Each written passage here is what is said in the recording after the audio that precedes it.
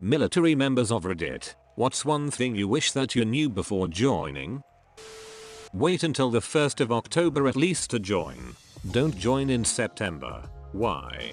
Fiscal year starts 10/1, which is also generally when all the good jobs become available. And then get your MOS job. Put in ducking writing in the contract. Your recruiter is there to put asses in seats for whatever branch. He's your bitch, not the other way around. If you want something, have it put in writing.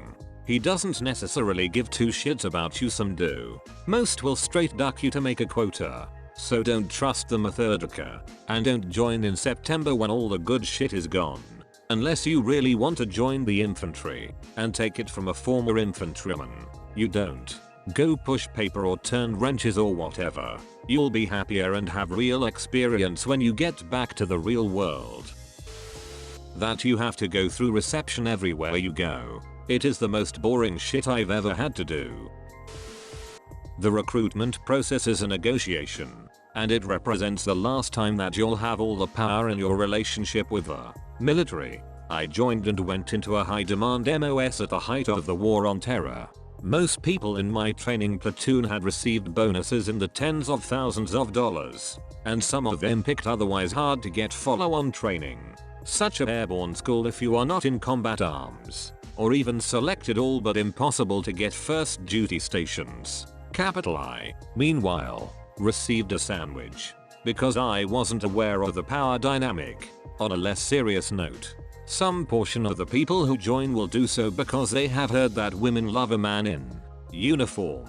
The more important axiom to remember is that the love for a man in uniform is inversely proportional to their proximity to a military base. This axiom is well learned and constantly reinforced. Go to medical when things hurt. Not change your socks. Not ignore it. Tell them it's an 8+ out of 10 on the pain scale or they won't document it. Then when you get out, you can have a valid history and have accountability. Versus the VA disregarding your injuries as service related and telling you to pound sand. If you want a specific job, do not sign the contract until your recruiter gets that job for you. I wanted a cyber job in the Air Force and my recruiter told me to go and open electrical and hope I get cyber because it would be too long of a wait to be guaranteed that job. I ended up with a job I hated instead. The military will take whatever it wants from you, so make sure you get all you possibly can from it. You will see so many genitals and AMP X200B between basic training, deployments, and P.E.K.K.A checker detail, watching individuals pee into a cup for their drug tests. I've seen at least 200 dicks in the 12 years I've been in.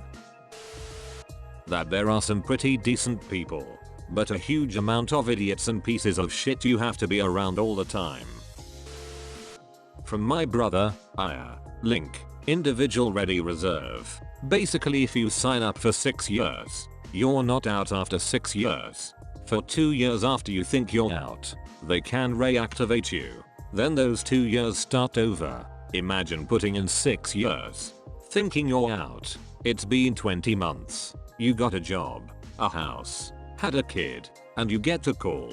Time to deploy for 6 months. No, you can't refuse. You'll be considered a wall, lose your benefits, and possibly face court-martial. Be aware of the full commitment you are making. Recruiters will lie to you. Duty. I wish I knew that once I got to a ship I would have to spend 2 or 3 nights on board standing 12 hours of watch, in addition to a normal working day.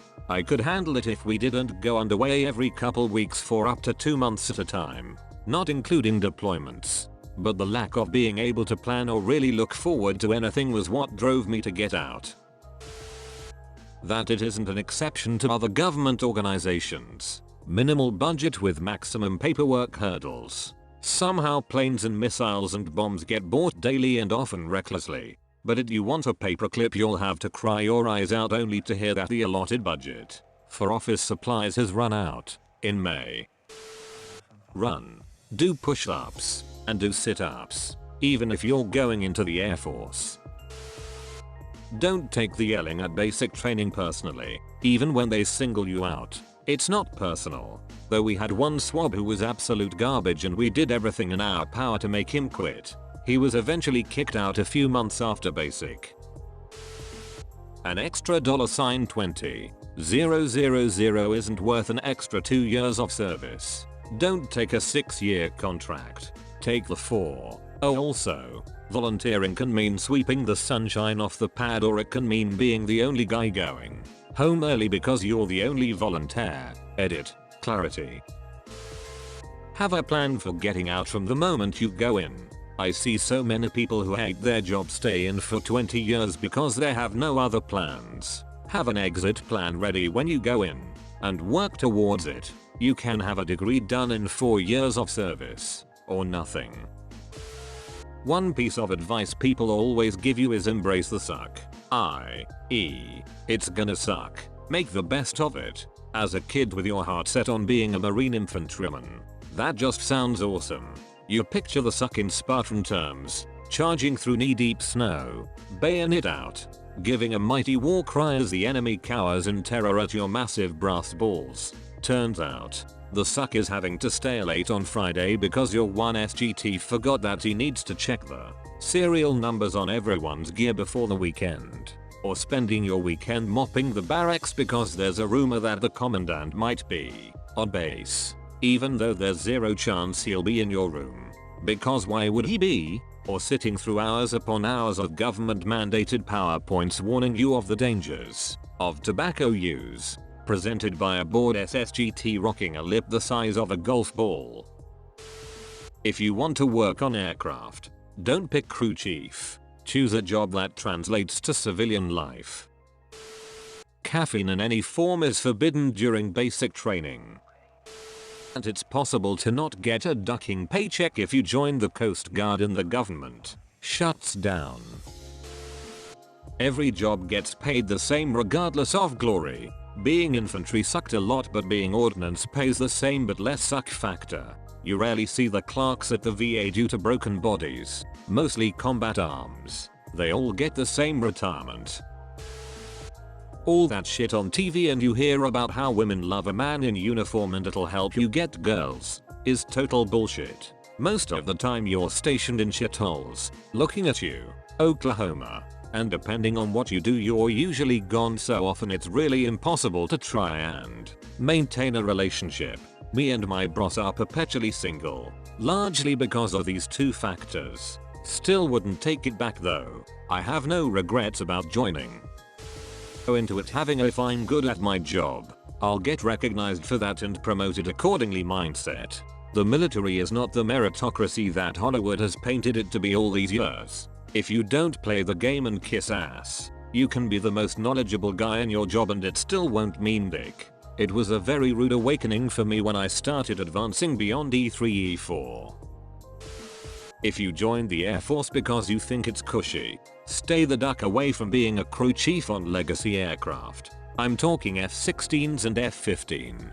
They're both 40 years old and behind the curve when it comes to mechanical innovations. Also the work is backbreaking and shitty as fuck. If you end up as aircraft maintenance, try and be an avionics guy or a newer airframe mechanic. It'll help in the long term. But be prepared to be shit on by everyone and their brother for not being fast enough, slow enough, good enough, worse enough, and everything in between. Married soldiers live a very different life than single ones. Living in the barracks you'll be sharing a room with slovenly idiots, living through frequent inspections, noise when you're trying to sleep, etc. But the 18-year-old kid who marries his high school girlfriend is given a free house to live in. No inspections. No bullshit cleaning the barracks duty. All he has to do is live with an army wife. The barracks ain't so bad. The one lifelong regret I have, after serving 23 years active duty, is all the friends and colleagues I made over my years of service that I'll never get to see again. Met and worked with hundreds of people, none of which are part of my life any longer. Sucks.